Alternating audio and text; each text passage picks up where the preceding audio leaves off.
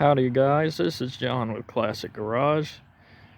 And today we're going to be polishing out single stage paint. Here's everything that you need to do that. This cheap polisher from Walmart does a fantastic job. I've had a couple of them. Get some extra pads for it. Carnauba wax. Meguiar's number 7. This is probably the most important out of everything. Meguiar's Ultimate Compound and microfiber cloths. The first thing you want to do is wash and dry the car. This Meguiar's number 7 is how we can polish out the paint without taking a lot of it off. This will restore oil into the paint that's long since been baked out by the sun, and you'll know as soon as it goes on, it'll bring a lot of color back into it.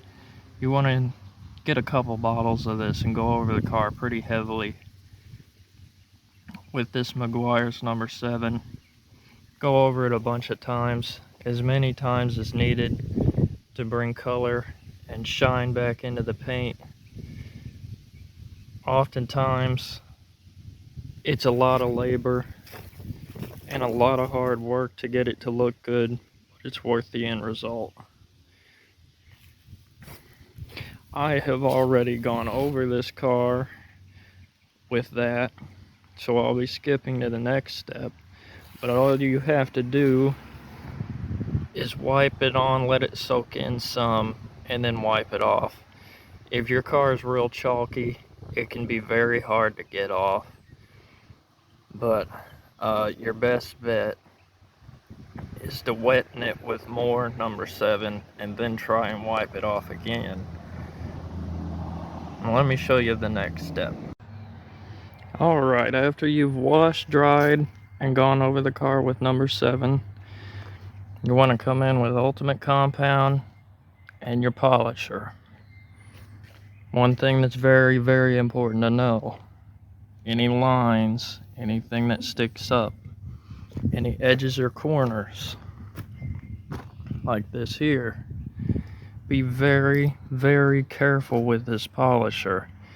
It will take your paint off most easily on edges. That is not what you want to do.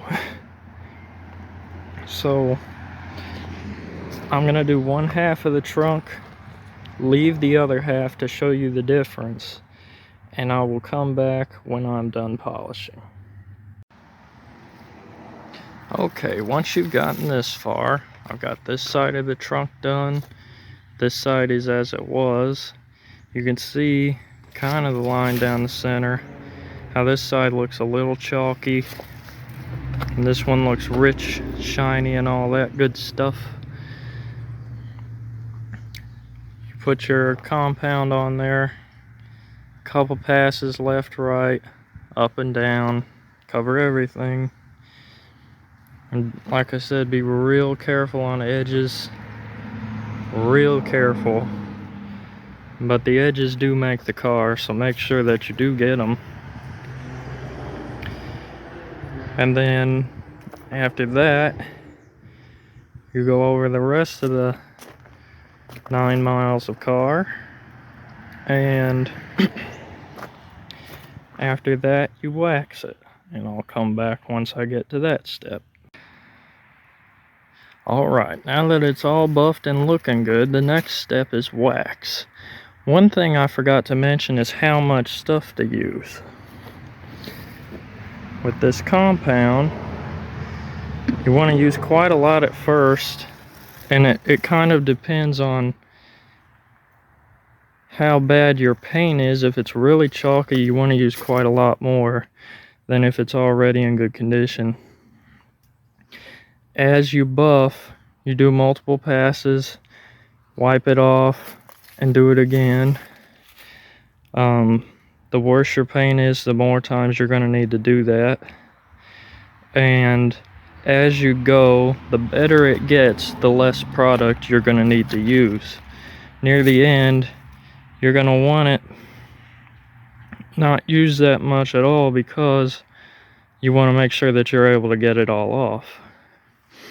After this, the next step is to wax it. You don't use much wax at all, just a tiny bit. It'll cover a lot.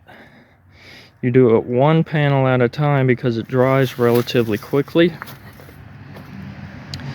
You want to go over it with wax. Like I would do one half of this trunk lid and let that half dry while I'm doing the other half. Once I'm done doing this half, I would go back and dry that one and work on another panel, and then come back and dry this one. And I'll be back once I'm done with that. Alright guys, here's the end result. Ideally, you want to go over it twice with wax. More than likely though, by the time you get to this step, you're going to be so tired of buffing this car that you're only going to do one coat, but one is more than enough. But you can see how much better the clarity and shine is. I can see the buffer in the paint here on the edge. It's kind of hard to show on top how nice it looks, but down the side you can see the reflection. And once I go over the whole car, it'll really look good. But you can see there how good it looks. Anyhow, thank you for watching, guys. I hope this benefited someone, and I'm not going to beg for subscribers, but remember that by subscribing, you are helping me to keep old cars like this Lincoln on the road. Thank you for watching, and I'll see you next time.